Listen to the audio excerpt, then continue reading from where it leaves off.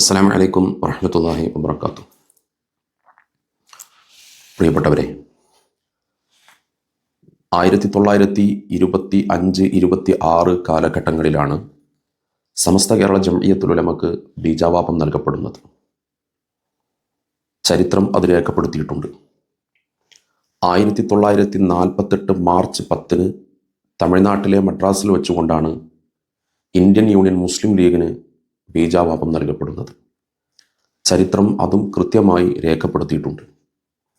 സമസ്ത കേരള ജംഇയ്യത്തുൽ ഉലമ രൂപീകൃതമായതിൻ്റെ ഒരു വ്യാഴവട്ടക്കാലത്തിൻ്റെ ശേഷമാണ് Indian Union മുസ്ലിം league തമിഴ്നാട്ടിൽ രൂപീകൃതമാകുന്നത്. രണ്ടും രണ്ട് ഭൂമികയാണ്. ഇന്ന് രണ്ടും രണ്ട് സംസ്ഥാനമായി നിൽക്കുന്ന ഭൂപ്രദേശങ്ങളാണ്.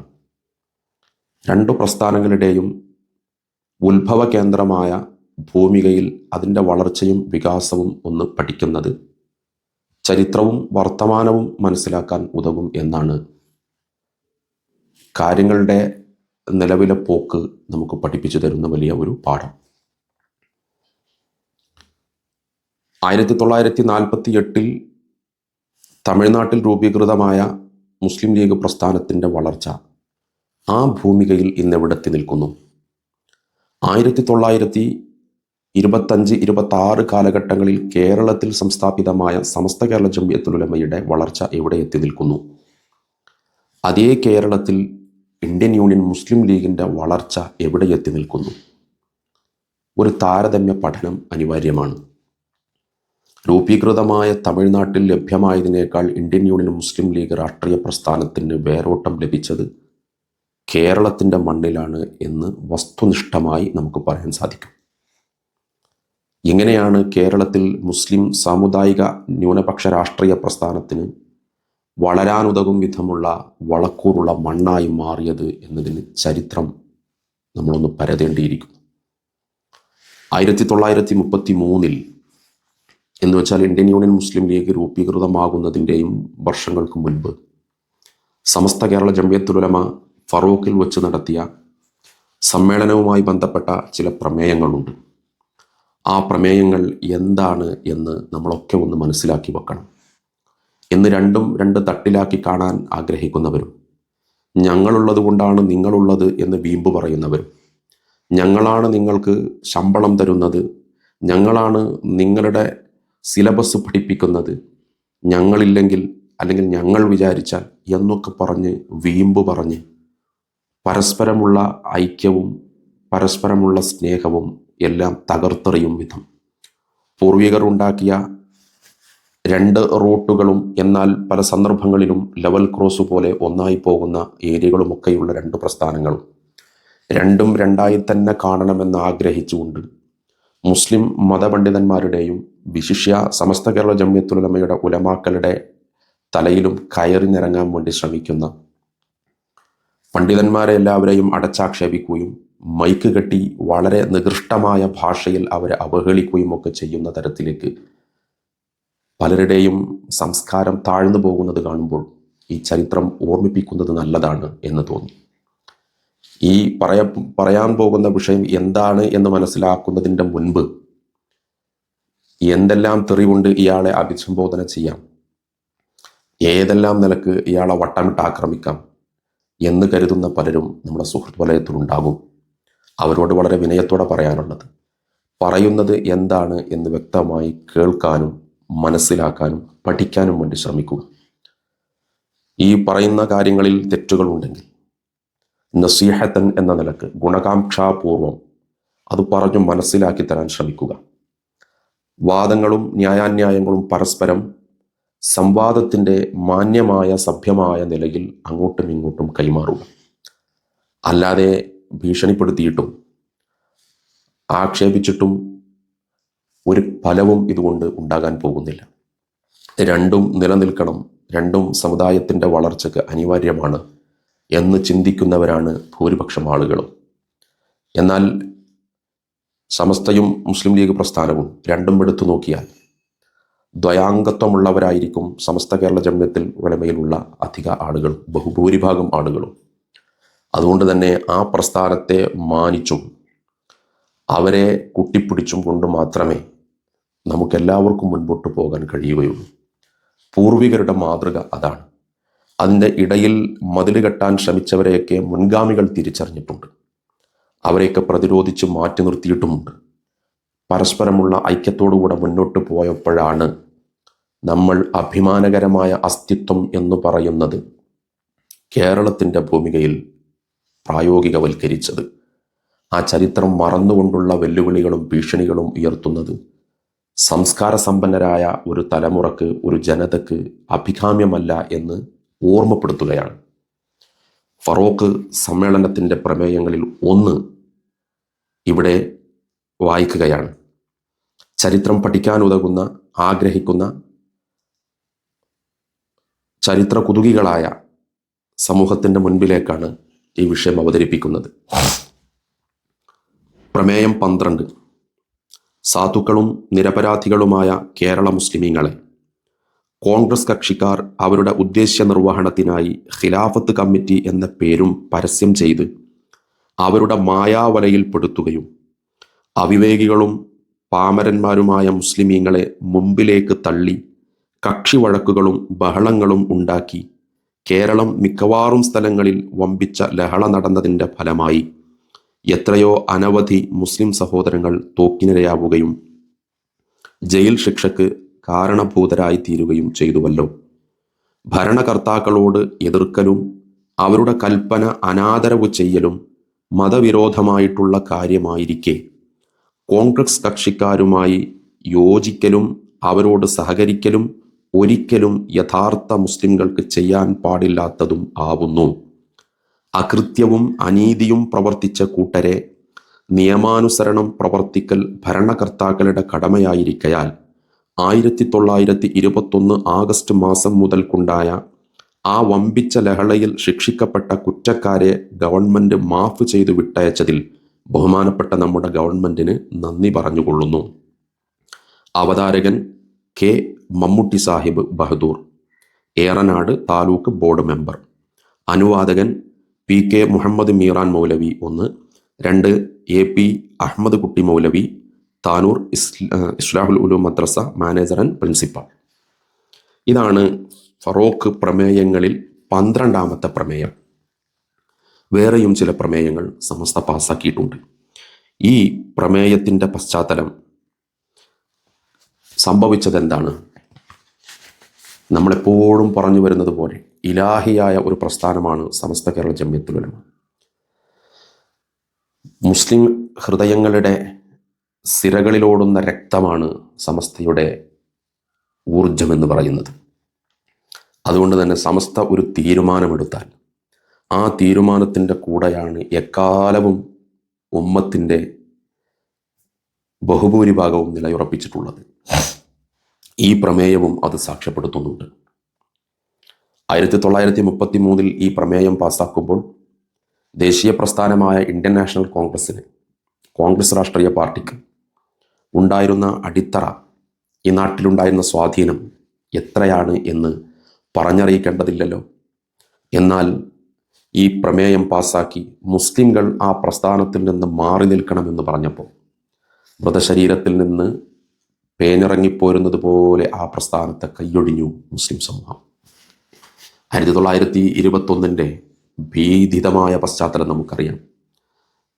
ലഹളയിൽ ഒരുപാട് സഹോദരങ്ങളുടെ ജീവൻ നഷ്ടപ്പെട്ടു, പലർക്കും കുടുംബം നഷ്ടപ്പെട്ടു, പലരും വിധവകളായി, പലരും അനാഥകളായി.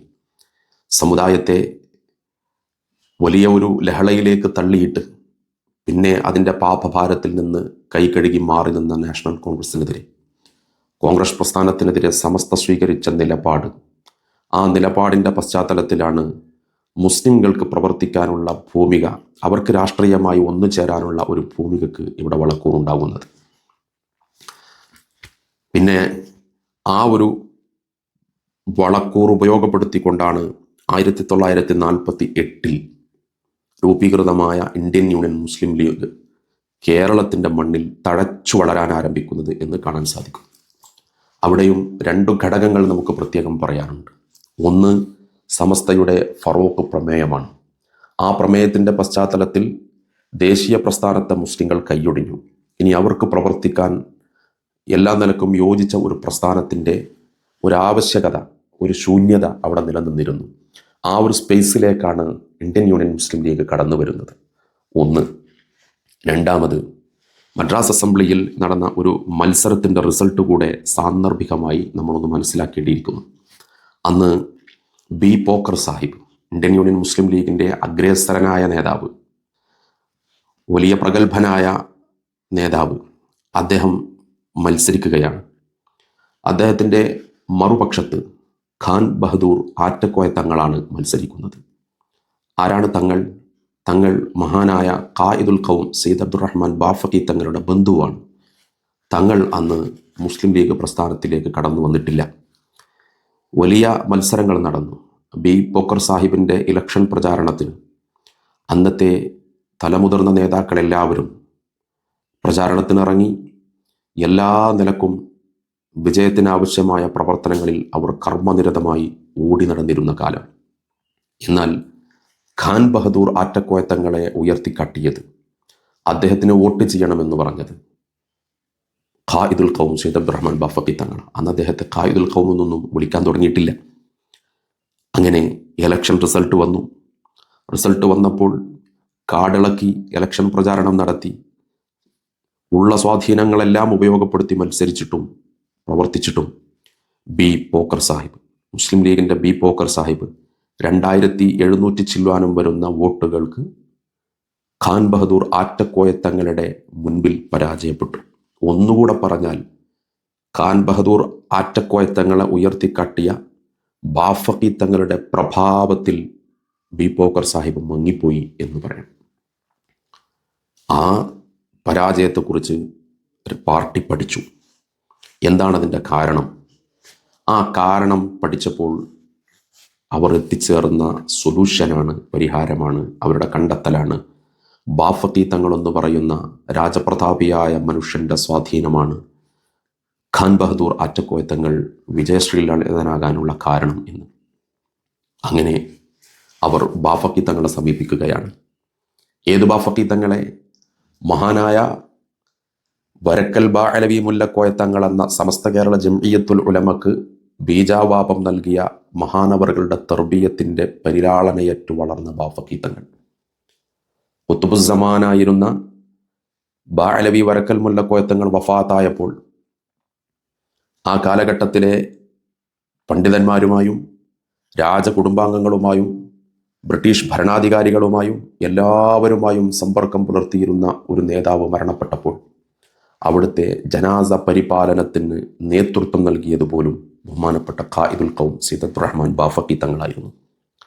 ആ തങ്ങൾ പിന്നീട് ഇന്ത്യൻ യൂണിയൻ മുസ്ലിം ലീഗിലേക്ക് കടന്നു വരികയാണ്. അതാണ് രണ്ടാമത്തെ ഘടകം എന്ന് പറയുന്നത്. ഒന്ന്, സമസ്തയൊരുക്കിയ ഫറൂഖ് പ്രമേയത്തിൻ്റെ ഭൂമികയിലുണ്ടായ ഒരു സ്പേസ്. രണ്ടാമത്, ബാഅലവി വരക്കൽ മുല്ലക്കോയ തങ്ങൾ എന്ന സമസ്തയുടെ പ്രസിഡന്റിൻ്റെ തർബീയത്തിൻ്റെ പരിലാളനയേറ്റു വളർന്ന ബാഫഖി തങ്ങൾ എന്ന് പറയുന്ന രാജപ്രതാപിയായ മനുഷ്യൻ്റെ ആഗമനം.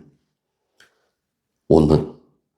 അതോടൊപ്പം അദ്ദേഹത്തിൻ്റെ സ്വാധീനത്തിൽ, അദ്ദേഹത്തിൻ്റെ ശ്രമഫലമായി മഹാനായ പുതിയ മാളിയേക്കൽ സയ്യിദ് അഹ്മദ് പൂക്കോയ തങ്ങൾ എന്ന PMS പൂക്കോയ തങ്ങളുടെ ആഗമനം. ഈ രണ്ടു ഘടകങ്ങൾ സുന്നികളായ സമസ്തക്കാരായ അഹ്ലുബൈത്തിൻ്റെ രണ്ട് നെടുന്തൂണുകൾ സമസ്തയൊരുക്കിയ ഭൂമികയിൽ വളർന്നു പന്തലിക്കാൻ ഒരു സ്പേസ് ഉണ്ടാക്കി കൊടുത്ത ആ ഒരു സ്പേസിലേക്ക് കടന്നു വന്ന ഇന്ത്യൻ യൂണിയൻ മുസ്ലിം ലീഗിനെ പുണർന്നപ്പോൾ പിന്നീടുണ്ടായതാണ് പ്രിയപ്പെട്ടവരെ ചരിത്രം. ആ ചരിത്രം തീർത്ത ഇതിഹാസ ഭൂമികയിലാണ് ഇവിടെ മതപരമായ സ്ഥാപനങ്ങൾ ഉയർന്നു വന്നത്, പള്ളികൾ ഉയർന്നു വന്നത്. ഇവിടെയുണ്ടായ മുസ്ലിങ്ങളുടെ എല്ലാ വളർച്ചയുടെയും ഹേതുകങ്ങളായി ചരിത്രം പരതിയാൽ പഠിക്കാൻ കഴിയുന്ന വസ്തുതകൾ ഇവയാണ്. അതെല്ലാം മറന്നിട്ട് ഞങ്ങളാണ് നിങ്ങളെ നിങ്ങളാക്കിയത്, ഞങ്ങളില്ലായിരുന്നെങ്കിൽ കാണാമായിരുന്നു എന്നൊക്കെ പറഞ്ഞ് വീമ്പ് പറഞ്ഞ് ചരിത്രത്തിൻ്റെ ഇന്നലകളെക്കുറിച്ച് ഒട്ടും വിവേകമില്ലാതെ അട്ടഹസിക്കുന്ന കുറേ ചാവേറുകളെ കാണുമ്പോൾ വലിയ സഹതാപമുണ്ട്. അത്തരം ചാവേറുകൾ ഇവിടെ ഭിന്നിപ്പിന് ആക്കം കൂട്ടുകയാണ്. ചരിത്രം മനസ്സിലാക്കാതെ, ഇന്നലകളിലുള്ള പൂർവികരുടെ പരസ്പരമുള്ള ധാരണകളും ബന്ധങ്ങളും മനസ്സിലാക്കാതെ എല്ലാം തകർത്തെറിയുന്നതിന് വേണ്ടി ഇവിടെ ഒരു സംഘം പ്രവർത്തിച്ചു കൊണ്ടിരിക്കുന്നുണ്ട്. ആ ഗൂഢസംഘങ്ങളുടെ ചാവേറുകളായി നമ്മുടെ പ്രവർത്തകന്മാർ മാറിപ്പോകാതിരിക്കണമെങ്കിൽ ശ്രദ്ധിക്കേണ്ടത് നേതൃത്വമാണ്. നേതൃത്വത്തിൻ്റെ കയ്യിൽ കടിഞ്ഞാണില്ലെങ്കിൽ, നേതൃത്വത്തിന് ചരിത്രമറിയില്ലെങ്കിൽ, നേതൃത്വം അത് അണികളെ പഠിപ്പിക്കുന്നില്ലെങ്കിൽ അതുകൊണ്ടുണ്ടാകാൻ പോകുന്ന പ്രത്യാഘാതം എന്ന് പറയുന്നത് ചെറുതായിരിക്കില്ല. ഈ സമസ്ത കേരള ജംഇയ്യത്തുൽ ഉലമ മുസ്ലിം ലീഗ് പ്രസ്ഥാനത്തെ പൊക്കിൾ കൊടി ബന്ധം പോലെ കാണുന്നതിൻ്റെ വളരെ പ്രധാനപ്പെട്ട ഒരു കാരണവും ഈ ബന്ധങ്ങളാണ്. നന്നായി മനസ്സിലാക്കേണ്ടത്, സുന്നിയായ ബാഫക്കി തങ്ങളെ കണ്ട് ലക്ഷക്കണക്കിന് വരുന്ന സുന്നികൾ ഒപ്പം ചേർന്നപ്പോഴാണ് പ്രസ്ഥാനത്തിന് ബലമുണ്ടായിട്ടുള്ളത്. കേരളത്തിൽ എന്ന് മാത്രമല്ല, കേരളത്തിന് പുറത്തുനിന്നു പോലും നാനാദിക്കുകളിൽ നിന്നും ബഹുമാനപ്പെട്ട പൂക്കോയത്തങ്ങളുടെ വട്ടമേശക്കരികിലേക്ക് പാഞ്ഞെത്തിയ ഒരുപാട് പാറ്റകളുണ്ട്. ആ ഇയാമ്പാറ്റകളെല്ലാം ആ വെളിച്ചം തേടി വന്നവരാണ്. ആ വെളിച്ചത്തിൽ നിന്ന് പകർന്നു കൊടുക്കുന്ന വെളിച്ചങ്ങളിൽ നിന്നാണ് അവർ അവരുടെ ഹൃദയശോഭകളെ പ്രഫുല്ലമാക്കിയത്. അവരുടെ പ്രയാസങ്ങളും വേദനകളും വേഭതുകളും ഇറക്കിവെച്ച പാണ്ടക്കെട്ടുകൾ മുഴുവനും ഇറക്കിവെച്ച അത്താണിക്കല്ലായിരുന്നു ആ വട്ടമേശ. ആ പൂക്കോയത്തങ്ങൾ ബാഫക്കി തങ്ങളുടെ സ്വാധീനത്തിലൂടെ ശ്രമഫലമായി ഇന്ത്യൻ യൂണിയൻ മുസ്ലിം ലീഗിലേക്ക് കടന്നു വന്നപ്പോൾ പൂക്കോയത്തങ്ങളുടെ കൂടെയുണ്ടായിരുന്ന ആ വെളിച്ചത്തിൻ്റെ ചുറ്റും നിന്നിരുന്നവർ എല്ലാവരും ഈ ഒരു പ്ലാറ്റ്ഫോമിലേക്ക് കടന്നു വന്നു. അങ്ങനെയാണ് ഈ പ്രസ്ഥാനം ബലപ്പെട്ടിട്ടുള്ളത്. അങ്ങനെയാണ് ഈ പ്രസ്ഥാനം ജനങ്ങളുടെ ഹൃദയങ്ങളിലേക്ക് ഇറങ്ങിച്ചേർന്നിട്ടുള്ളത്. അല്ലാതെ ഇന്ന് പണ്ഡിതന്മാരെ തെറിവിളിക്കുന്ന 4 പ്രഭാഷകന്മാരെ കണ്ടിട്ടല്ല, ഉലമാക്കളെ ആക്ഷേപിക്കുകയും അവരെ തെരുവുകളിൽ വിചാരണ ചെയ്യുകയും ഒക്കെ ചെയ്യുന്ന 4 നാലാംകിട രാഷ്ട്രീയക്കാരെ കണ്ടിട്ടല്ല ഇവിടെ ഈ പ്രസ്ഥാനം വളർന്നിട്ടുള്ളത്. അതുകൊണ്ട് ഇനിയും കാര്യങ്ങൾ കൂടുതൽ വഷളാകാതെ പിടിച്ചു നിർത്താൻ നേതാക്കൾക്ക് കഴിയേണ്ടതുണ്ട്. ഈ ചരിത്ര പശ്ചാത്തലങ്ങളെല്ലാം അറിയാത്ത ഒരു സമൂഹം വളർന്നു വന്നാൽ, അവർക്കിവ തമ്മിലുള്ള ബന്ധമെന്താണെന്നറിയാതെ വന്നാൽ അതിൻ്റെ നഷ്ടം വലുതായിരിക്കും. ആ നഷ്ടം തിരിച്ചറിയാനുള്ള ശേഷി നമുക്കുണ്ടാവണം. അതുകൊണ്ട് മതം പഠിപ്പിക്കുന്നത്, മതപരമായ കാര്യങ്ങൾക്ക് മുസ്ലിങ്ങളുടെ പ്രബല സംഘടനയായി പ്രവർത്തിക്കുന്നത് സമസ്ത കേരള ജംഇയ്യത്തുൽ ഉലമയാണ്. അതിൻ്റെ പ്രവർത്തന മേഖലകളിലേക്ക് കൈവെക്കാതിരിക്കലാണ് എല്ലാവർക്കും കരണീയം. എല്ലാവരും അതിനോട് പൂർവികർ സഹകരിച്ചതുപോലെ സഹകരിക്കുകയും പള്ളികളും മദ്രസകളും മതപരമായ കാര്യങ്ങൾക്കൊക്കെ സമസ്ത അതിൻ്റെ നേതൃത്വം വളരെ മഹത്തരമായി തന്നെ നിർവഹിക്കട്ടെ. 100 വർഷം അത് നിർവഹിച്ചു പോന്നല്ലോ, ഇനിയും നൂറ്റാണ്ടുകളിലേക്ക് അതിൻ്റെ വെളിച്ചം പ്രസരിക്കട്ടെ. അതിന് കൂടെ നിന്നവരായിരുന്നു രാഷ്ട്രീയ നേതൃത്വം. അവർ ഇനിയും സപ്പോർട്ട് ചെയ്തുകൊണ്ട് മുസ്ലിം ന്യൂനപക്ഷങ്ങളുടെ എല്ലാ നിലക്കുമുള്ള പുരോഗതിക്കും വളർച്ചയ്ക്കും വേണ്ടിയുള്ള പ്രവർത്തനങ്ങളിൽ കർമ്മനിരതരാകട്ടെ. ആ ഐക്യവും ഇന്നലകളിലെ ആ സ്നേഹമസൃണമായ ഇടപെടലുകളുമൊക്കെ ഭാവി തലമുറക്ക് വലിയ വെളിച്ചമേകാൻ കാട്ടിക്കൊടുക്കാൻ നമുക്ക് സാധിക്കണം. അതിനുവേണ്ടിയുള്ള പ്രവർത്തനങ്ങളിൽ വിള്ളൽ ഉണ്ടാക്കാൻ ശ്രമിക്കുന്ന ആളുകളെ സമസ്ത കേരള ജംഇയ്യത്തുൽ ഉലമ തിരിച്ചറിഞ്ഞിട്ടുണ്ട്. അവരെ പ്രതിരോധിച്ചു തുടങ്ങിയിട്ടുണ്ട്. അവരെ അകറ്റി നിർത്തിയിട്ടുണ്ട്. ഇന്ത്യൻ യൂണിയൻ മുസ്ലിം ലീഗും മതത്തിൻ്റെ കാര്യത്തിൽ സമസ്തക്കൊപ്പം നിന്ന് സമസ്തയുടെ ആഭ്യന്തര വിഷയങ്ങളിൽ ഇടപെടുന്ന ആളുകളെ നിയന്ത്രിച്ച് സമസ്തയെയും പ്രസ്ഥാനത്തെയും തമ്മിലടിപ്പിക്കുന്ന ആളുകളെ സമസ്ത മാറ്റി നിർത്തിയതുപോലെ മാറ്റി നിർത്തിയാൽ ഇവിടെയുള്ള പ്രശ്നങ്ങൾക്ക് പരിഹാരമുണ്ടാകും. അല്ലാത്ത വെല്ലുവിളികളും ഭീഷണികളും ആക്ഷേപങ്ങളുമൊക്കെ നഷ്ടം വരുത്തുമെന്ന കാര്യത്തിൽ ഇവിടെ ആർക്കും തർക്കമില്ലല്ലോ. കാര്യങ്ങളൊക്കെ ഗ്രഹിച്ചു മനസ്സിലാക്കി മുന്നോട്ട് പോകാൻ അള്ളാഹു നമുക്കൊക്കെ തൗഫീഖ് നൽകി അനുഗ്രഹിക്കട്ടെ. ആമീൻ യാ റബ്ബൽ ആലമീൻ.